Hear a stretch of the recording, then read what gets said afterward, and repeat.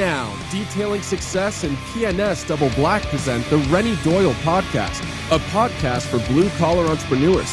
Hosted by the detailer of Air Force One and founder of both Detailing Success and the Detail Mafia, Renny Doyle. And now, here's Renny. Good morning from New Mexico. There we are. Good morning. We're all scattered everywhere, aren't we? We are. Alex, and look at you're back in Big Bear, Chris, and you know. Virtual Big Bear. Yeah, it's better than your ceiling fan. I sit there sometimes when I'd be watching it, I was going like this with your ceiling fan, you know. I started just watching it. So, Alex, how's it going, man? You can still see it a little. Yeah, you can still see it a little bit over his head. Yeah, it's going good, man. How you guys doing? Doing good. I'm at the end of an 8-day trip and going home tonight and see the missus and the daughter and the dogs and the horses, and I'm ready. But been awesome. We had an amazing weekend last week. We were here in New Mexico at one of the most prized aircraft collection in the country, and we had the Warbird Revival. And not only did we get to work on some really, really, really special aircraft, we flew in them. Oh, wow. So part of our team went up in both B-17s and B-25s, and then part of them went up in one or the other. And we got to meet incredible people. And Chris, if you got any pictures of that, you can throw them up at some point. Oh, but it's just incredible. We had a lot of kind of, this is going to be the gateway to Air Force One now. And so we had a lot of new people to our group, not necessarily new to detailing. They're all very experienced, and to see them grow, man, it was incredible. So now you've got, Alex, you got an exciting weekend. You're heading out somewhere. There's our team picture, and you see. There we go. There's the team shot. Nice. Yeah, you can't really make it out, but my far right, to the group's left, is a very rare FU Corsair. You don't get to see too many of those. Beautiful example, flying condition. Right in the middle is Friendly Ghost, P-51D model. And then to our far left, to the team's far right, is a P-40. And that's just the opening of the museum. There's some incredible artifacts going deep into that hangar. Yeah, I saw some of the pictures being posted throughout the week from some of the guys on the team and everything. It definitely looked super cool. Oh, it was I don't even know how to put it into words. I mean, it was just so amazing. And it just the value, I mean, you know, that FU Corsair, I mean, just depending on who you talk to, you know. So where are you off to? Oh, look at that. There's Friendly Ghost, P-51. Nice. And I'm going to tell you, this thing was finished down when they did the complete makeover on it. One of the best makeovers I've ever seen on a P-51. I mean, it was everything, the detail, the attention to details on the aircraft was incredible. And so they've got one more P-51 that's raw form, and so we're going to jump on it, start on it next year. It'll be a multiple year project to get it to its completely 100% bare metal, and it's machined bare metal. So it's going to take us a while to get it to that luster that you saw on the B-29 or, you know, Air Force One. It's years and years of dedication of getting it. Crazy. Yeah, pretty cool. So where are you off to this weekend? I'm heading up to Marietta. I'm gonna go cause some ruckus and some shenanigans with Noxie and Tommy and the guys and with Angel Wax and Jess Carr, and get some podcasting in. And what are they doing up there? Explain the event. So it's a combined event between Jess Carr and Angel Wax. So you know, Aaron Knox, everybody knows, or most people know him. Noxie is, you know, probably one of, you know, the better guys in the industry for hand wet sanding and polishing out and stuff like that. And he's recently joined forces with Jess Carr, and he's helping them develop some product and you know, compounds and polishes and whatnot. So Tommy with Angel Wax teamed up with him and wanted to do a joint training. So Noxie's going to be showcasing off the Jess Carr line and, you know, how to do some rid sanding and removal and stuff like that. And then Rain Albertson is going to kind of take over and certify all who's there on Angel Wax's ceramic coatings and stuff like that. So yeah, should be a good time. Wow, Alex and Noxie together again. well, collaboration, man. You look at that, and you look at those two organizations, and everybody gets their panties in a bunch and all uptight, but there's people and product lines that get it. Oh yeah. So, I applaud you guys for doing that. That's pretty special. Yeah, it should be a good time. Some rebel rousing, some all kinds of good stuff. So I'm excited for it. It's middle of the year. It's been since end of January, beginning of February when MTE was to kind of see my fellow detailers. So this will kind of I feel like kind of bring everything back in line for me by getting to hang out with everybody and kind of having that camaraderie that I don't get the rest of the year in person. Right.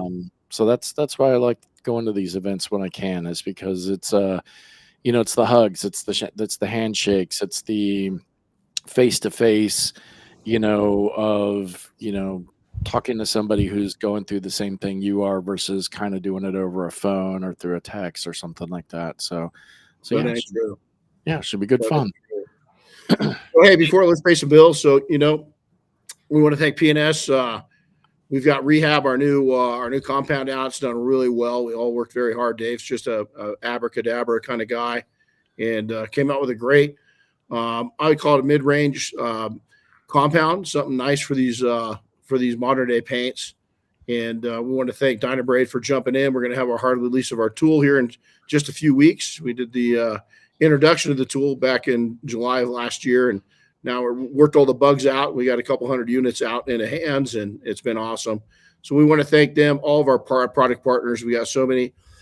Then also the team that went out last week, to New Mexico and helped on the Warbird Revival. Anthony Aguilar out of Texas. It was his project. He did a great job. Oscar did a great job of assisting him.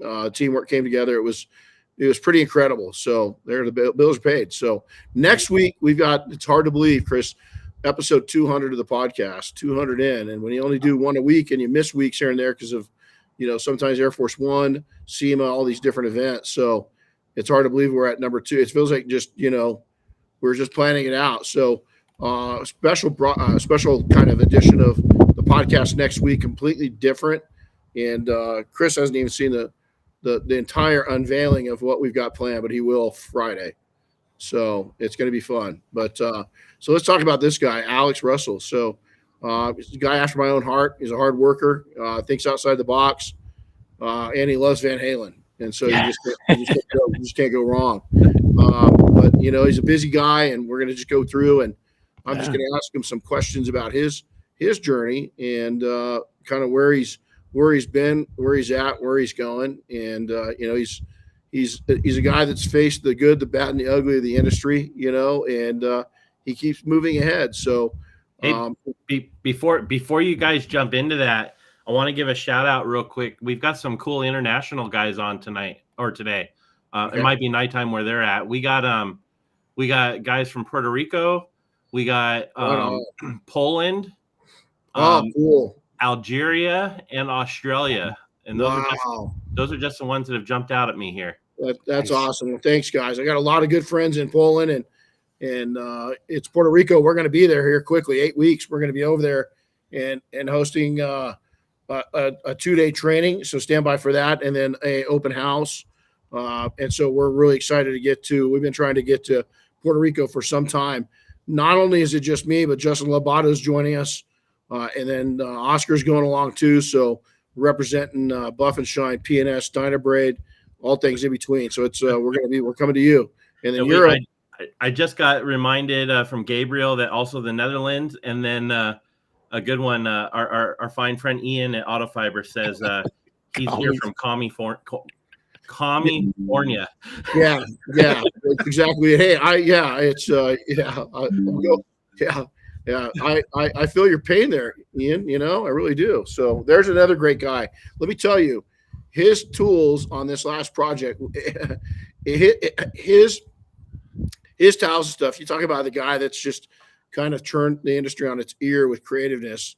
That's a guy right there. Ian's done a great job. Boy, we sure enjoyed every one of your products that you sent out. We always do, and we sure loved it. So thanks for sending it out, bud. But yeah, call me California, man. It's it's turning weird between them and New York. I won't even go there. I just history's repeating itself in front of our eyes, and it's unreal. I won't go there because I'll get really pissed off. But so Alex is a guy that I call, he's a guy after my own heart. He's a blue collar entrepreneur. So Alex, why detailing? How'd you jump into detailing? Oh man, why detailing? Because I started in the car wash, and the detailers were the cool guys of the car wash. They were the like kind of like the jocks, right? They were the football team. I feel, and on top of that, at the time, this was 95. Detailers got to keep their own tips, and those guys would go home sometimes with $100, $200 a day in tips. And this was back when minimum wage was like $4.25 an hour. So you could make more in tips a day than sometimes you were making in a whole week at a paycheck. So yeah, I started there, and then through my journey of just growing through the car wash, getting into management, running different successful car washes here in the Central Florida area. And then it finally came a time when the car wash I was at was getting bought out, and it was stay and be put back into a management position of working, probably 70 hours a week or so, or, taking that leap out of the nest and starting my own detail shop. So with the wife's blessing, I started that, I took that leap and started my own detail shop. And thankfully, the company that was buying out the car wash didn't do detailing. So my boss, the owners, said, look, you've got, because they let us know, I think like a month and a half before the switchover was going to happen. So they basically told me, like, look, you can let everybody know you're leaving and take anybody you want, and at the time, Wow. I was working as kind of like their sales manager / detail manager for 2 locations. So I would bounce back and forth between 2 locations, working with the greeters and the sales staff and then the detail shop and everything. So yeah, I just, started letting clients that I knew, that I had known for years, that I was leaving, and giving them my phone numbers. And, some trickled over with me, and some took some time after, the new car wash obviously doesn't do the same job. They reached out. So yeah, and that's where I'm at today. That's awesome. So tell us about your operation. Mobile, fixed? So I'm fixed. I'm fixed. It's just me. I have a little small 600 square foot kind of storage garage space. It's kind of like, I call it garage space more than warehouse space. But you know what? It's just me. And I tell everybody all the time, like 600 square feet it's enough room for me to do a car. What do I need more room? What do I need to pay more overhead for? Why do I need to have 1,500 square feet, 2,000 square feet if I'm only working on one car at a time? I'm paying for extra space that's wasted. So that's what I love about it. It's quaint, it's small, it's kind of hidden.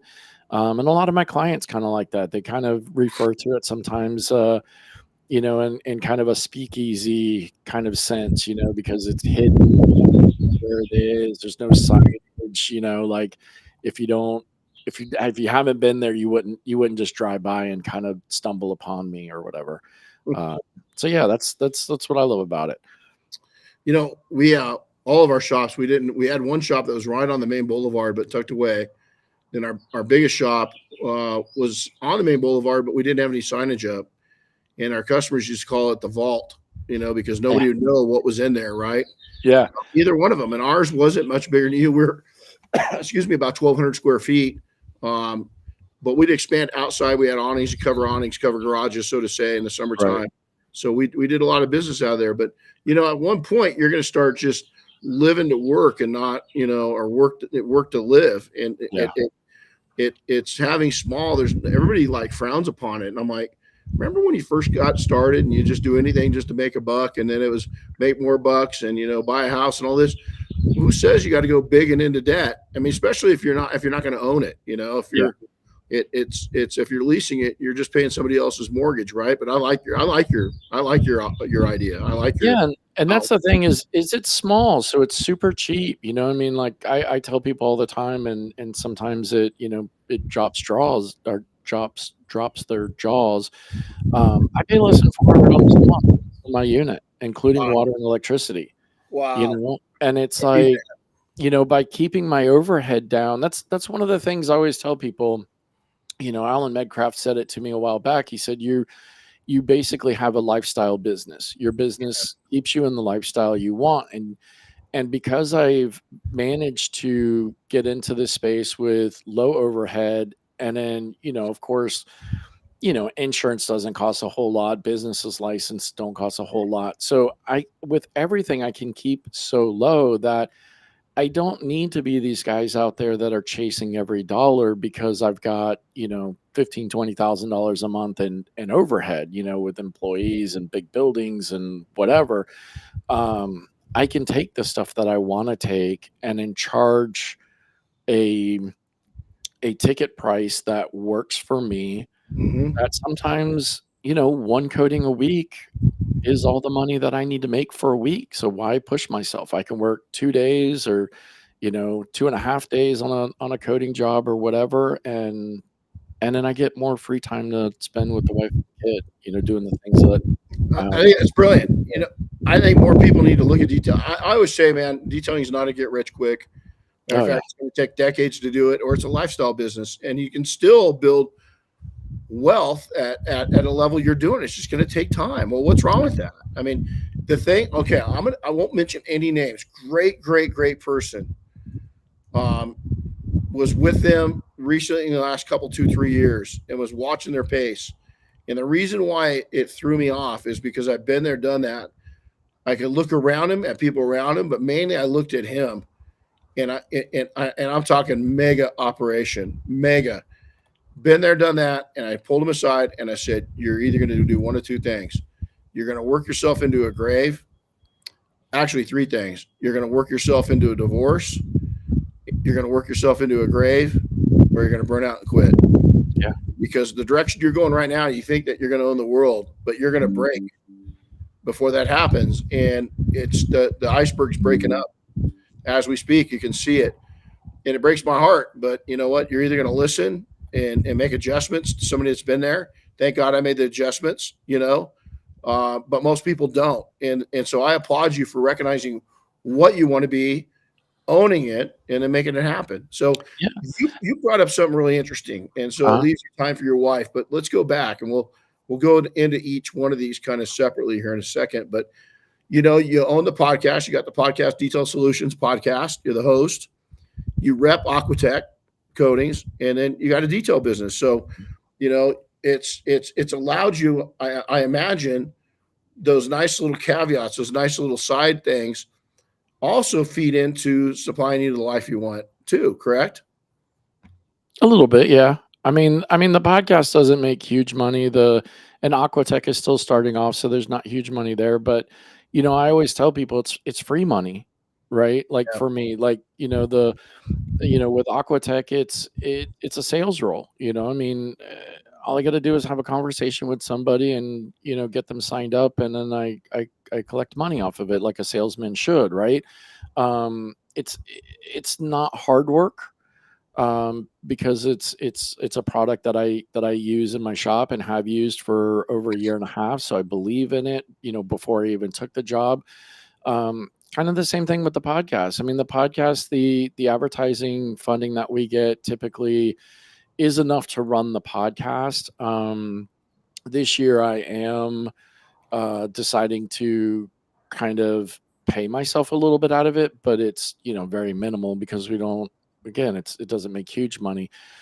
But you're right. Those two things do kind of help out with the big thing, which is the detail shop, for money. And it just all kind of comes together. And hopefully down the line, the Aquatech thing will take the place of the detail shop money, right? And then I can kind of just have the detail shop as a hobby, or really only do things that I want there, because the Aquatech thing will take off. Hopefully, with the podcast, as we grow and we can bring on more sponsors, we can have more revenue with that, to be able to do, way more traveling than what I do now. I mean, I would love to, kind of be like Rod and Jody. I mean, those guys are able to, go to a whole lot of events and do podcasting and things like that. So,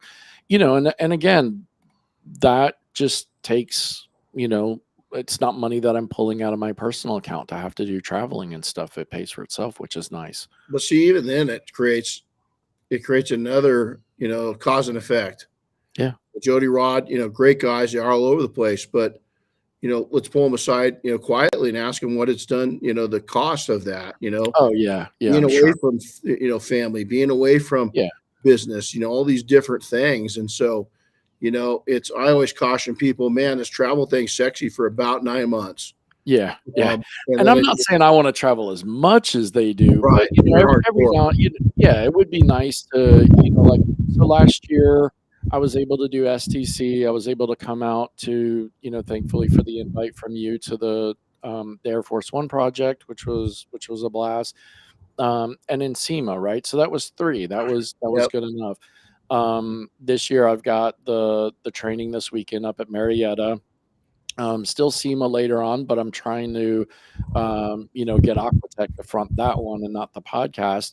And then that'll free me up to maybe do something else with the podcast, at some point, if something comes up, that, again, just gets me out and about and in front of people. And absolutely. So, yeah. It's, I think this year's been a little heavy because we had the PNS merged. And so we had to put, a lot into that in the beginning, and then you add that onto an already busy schedule. And my schedule was really disastrous, from a personal standpoint. But you have to get your brand out there. That's why, we just got back. We were in Hawaii, giving the Hawaiian detailer some love. And that must have been torture, having to go to Hawaii. It was, but it's again, if you ask, Oscar, that went along, it was very little play and a lot of business. And we came home and we were destroyed. Yeah, we had a couple of days. Our daughter's a helicopter pilot on the Big Island, so we flew over. She took us for a tour in the helicopter of the Big Island. Nice. And then we flew back, and it was a great day. But the pace is exhausting, just exhausting. And you're the primary reason you're there is business, and then to squeeze. And Alex, that is just a wonderful detailer there in Honolulu. He was a great host, and he did so much. And thank God. And he was worn out. I mean, it was a busy week. But you're right. If you don't take and put back in and get recognized and show some respect and love to people. I mean, you just said about your podcast. Our podcast cost us. And so, matter of fact, let's do a little commercial real quick and detail. Hey, Chris, if you would bring up the website sometime towards the end and a discount code. But you guys, Detail World, they're moving. They're probably going to go globally if they haven't already. But they're growing nationwide. They're opening up a new location in Yucaipa, California, next weekend, I believe it is, and not this coming, but the following one, right in my backyard. And so they're multi-product. Local store to you. So if you like, and just add in the discount code Renny when you go to check out, and there you go. So, hey, so now you rep, you've got the detail business, you got Aquatech, you got the podcast, pretty good lifestyle, right? You've carved it out. So what's the journey been like? What give us the good, give us the bad, and give us the ugly. And I wouldn't go into too many details, but a lot of people just think, when you see somebody that's, has a podcast, and it's, let's face it, it's not hard to do a podcast, but it's hard to do a podcast and keep at it. Yeah. and so you've, through thick or thin, you've kept at it. So kind of explain your journey. So yeah, I mean, I would say it's, just like anything else. I mean, you have your ebbs and your flows, right? I remember, when we first made that leap from leaving the car wash to starting the detail business, right? Like I left a salaried job with benefits and vacation time to, do I have anything going on next week? What am I doing Right. today? You know, um, when you got a 4-year-old at the time, that's in, daycare, that's not cheap. That's a big stress on a family, So I mean, there was a lot of time that really tested Michelle and I, Mhm. on Absolutely. because of money, right? I mean, it's not that we didn't love each other, but it's like I'm sitting around at home all week because I got nothing going on. I'm trying my best to grow and this and that. So it's tough, Thankfully, I have one of my cousins. Um, Her husband is or was a kind of a big known guy in the industry, and they had a big shop up in the Seattle area, and Michelle was talking to her, and and she told her, said, "Look, those first 3-4 years for us was really rough, and then it starts getting better."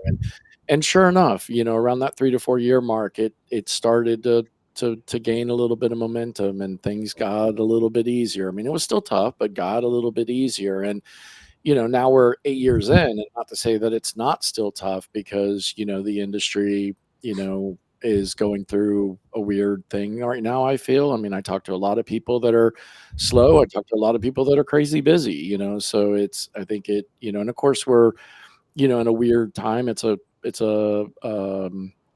election year, which always seems to, people kind of hold on to their money a little bit more during and stuff like that. So, yeah, it hasn't been super easy, but those challenges, right? I think I hear you talk about it all the time. Those are those steps that put you into better places, as long as you can get past them, right? So we just keep on keeping on, life's a garden, dig it, yeah, all the Joe Dirt stuff, I love it. I love it. Dig it. yeah, and I Dig it. mean, and when the podcast came out, it was really just a way of me being able to connect with detailers that I admired or looked up to. It was nothing to do, with I never thought I'd make money off of it. I never thought, I'd be a cool kid or a popular kid, go to these events and people know my name or something like that. I mean, it was just literally I wanted to be able to connect with people, and I thought, you know what, it's the way that I always look at it, and I always tell people, is it's like if you and I were sitting at a restaurant, just having you know, a conversation, and the whole restaurant is eavesdropping in, right? They're getting to know both of us. Um, and you're right, it is tough to keep it going. I mean, I'm coming up on 4 years. You mentioned you're getting ready to do your 200th episode. I mean, I do 2 a week, majority of the time. So I'm in the 320s now, I think, or something.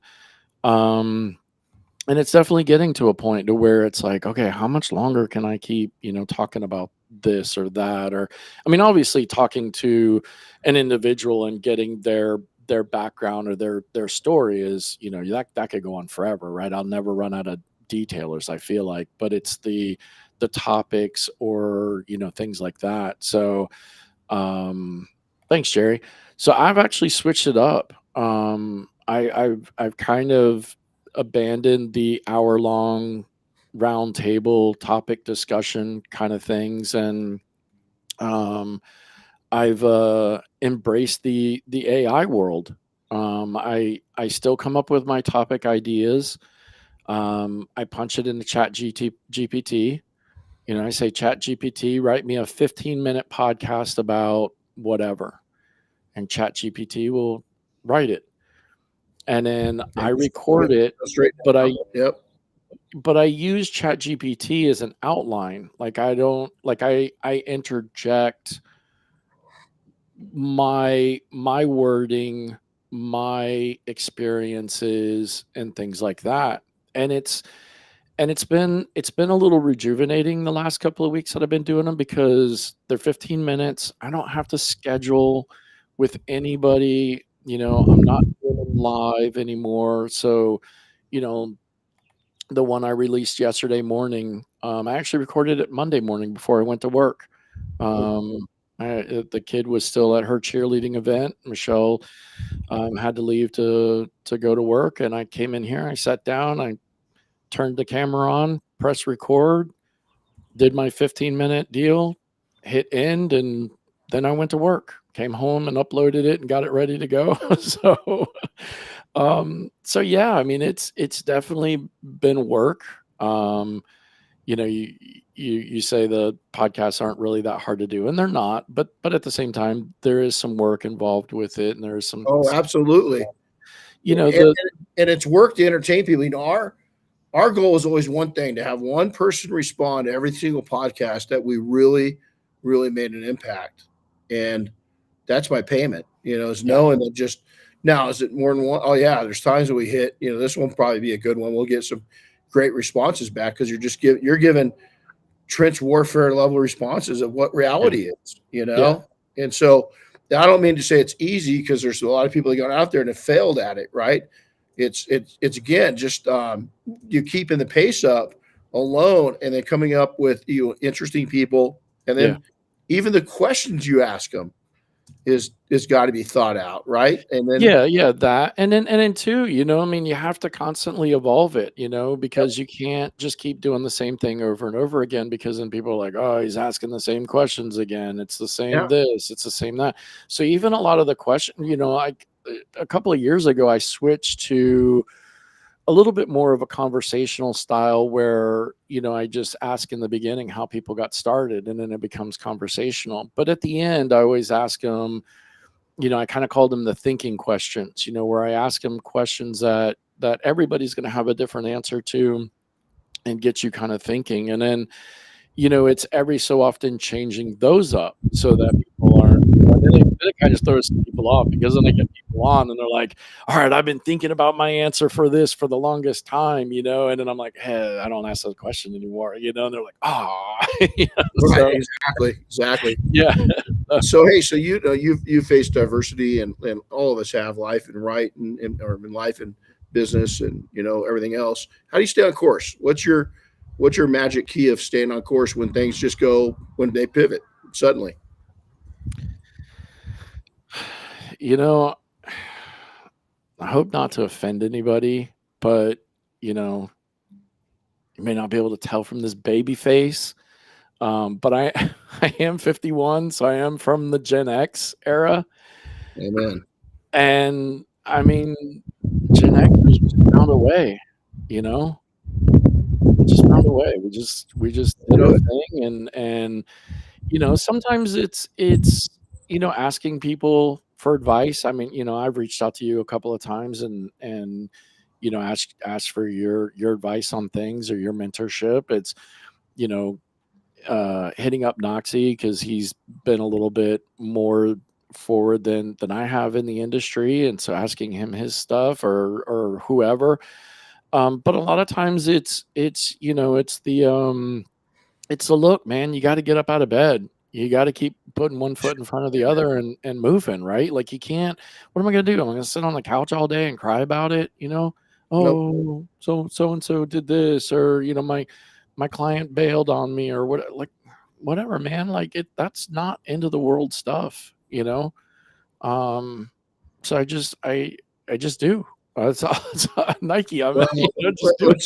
let's say this too: to have a doxy in your corner, an amazing guy like that, is pretty amazing. We all have them, Yeah, We all have yeah, them. You just got to find them. You got to be respectful to them, and what a yeah, great guy to have in your corner, And yeah. so, okay, so this is a big one. And what if you could change something in the industry? What would it be?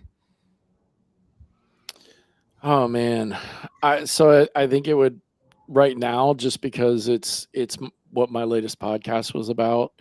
Um, I would want to end the negativity Hmm. in the industry. I mean, we're all trying to achieve the same thing, so there's no real need in tearing people down, just because, you know. Um, Great answer. like I'll give them a shout out on your podcast too, because I give them a shout out on my podcast. Is Jerry Grant and Kyle Camus are I feel two of my biggest cheerleaders in a sense, because like those guys just love everybody, man. They don't, Yeah. hey man, you use product A, I use product B, we can be Cool. friends, you know? Cool. Like Yes. there's no like animosity between, No. with those guys, with anybody. And that's the thing that gets to me. And I've been kind of going through it a little bit lately, and where I really am trying to train myself to kind of stay off of Facebook. It's hard. Like I wish I could just delete Facebook, honestly. But because of the podcast and because of my business, you can't, right? Because then you Right. can't have Absolutely. business pages without having whatever, right? So I'm trying to just limit my time on there. And when I do scroll, I'm trying not to get hung up on any of the posts that have any negativity or any bashing or anything like that. So for me, I feel like, negativity breeds negativity, I don't need it in my life. and That's for sure. and that's the thing, everybody's like, oh, surround yourself with positive people, and you try to, but the problem is, listen, at the end of the day, good usually always wins, but bad always has a bigger army, Yeah. and it's tougher to get through the bad to get to the good. So it's hard to like not see that stuff or not get fallen into, like, oh, this person said this about whatever, and I know I really shouldn't say anything, but you know what, I can't, and then you're typing away, and then 10 minutes later you're like, shit, I shouldn't have done that. Again, I always say it doesn't need to be said. Does it need to be said right now? Does it need to be said by me? Yeah. And the other thing on online like that, as soon as I see them chopping up somebody, usually I can't remember what the action is, but I ignore that person, even if Yeah. it's somebody I'm close to. Just ignore them. I'll Yeah. put them on hiatus. I just don't need it. There's some clown out in the industry. I just was brought to my attention last week that that's all he does is go out and like on TikTok, do a background of somebody doing something, then tear them apart. And I'm Yeah. like, what a pity. I pity the dude's soul, because Those- to have those- that kind of time on your hands yeah. to where you just want to go get ugly on somebody, what a douche. Well, but And here's the thing too, Rennie, and it's a lot of what I went through earlier in the year, yeah, is people love to see that. man, I don't. So Hmm. people are going to do it for the likes, because the more people, it's the whole, if we just tune it out, it goes away, Yeah. but the problem is no, everybody wants to look at the train wreck, Yeah. right? Well, you know And what? Those are weak people that oh yeah, partake in that shit. I know, Sorry if right? I offend you, but those guys out there, those people that are out there that entertain that shit, you're weak minded, dude. Go do something. I mean, go get Yeah. therapy, or go find a hobby, or I'm sorry your life sucks or whatever it is. But man, I just anybody prescribes that shit, man, I don't want you in my life. Defriend me right now. Yeah. Because I had a, we don't need I it. We don't need I it. had a buddy of mine yesterday tell me, I should start following the Joe Rogan method of post it and ghost it. Yep. Put it out there, and then never don't go back and check it. No, I You never know, do. don't read the comments. I don't You put too know, many posts up. I've actually been running low this year just because we've been so slammed. I yeah, have no time, right? So I just post enough to let people know I'm alive. And I yeah, don't care about the likes. I don't care about the comments. I don't care about anything. I yeah. just put it out there. So hey, how do people reach out to you? Especially, think about this. You might attract an audience. You guys always want to respect him, but there might be somebody that's relating to something that you said today. How would you like to how would Well, you I like mean, them to follow you? And then yeah. if you want I to mean, reach out, how do they do so?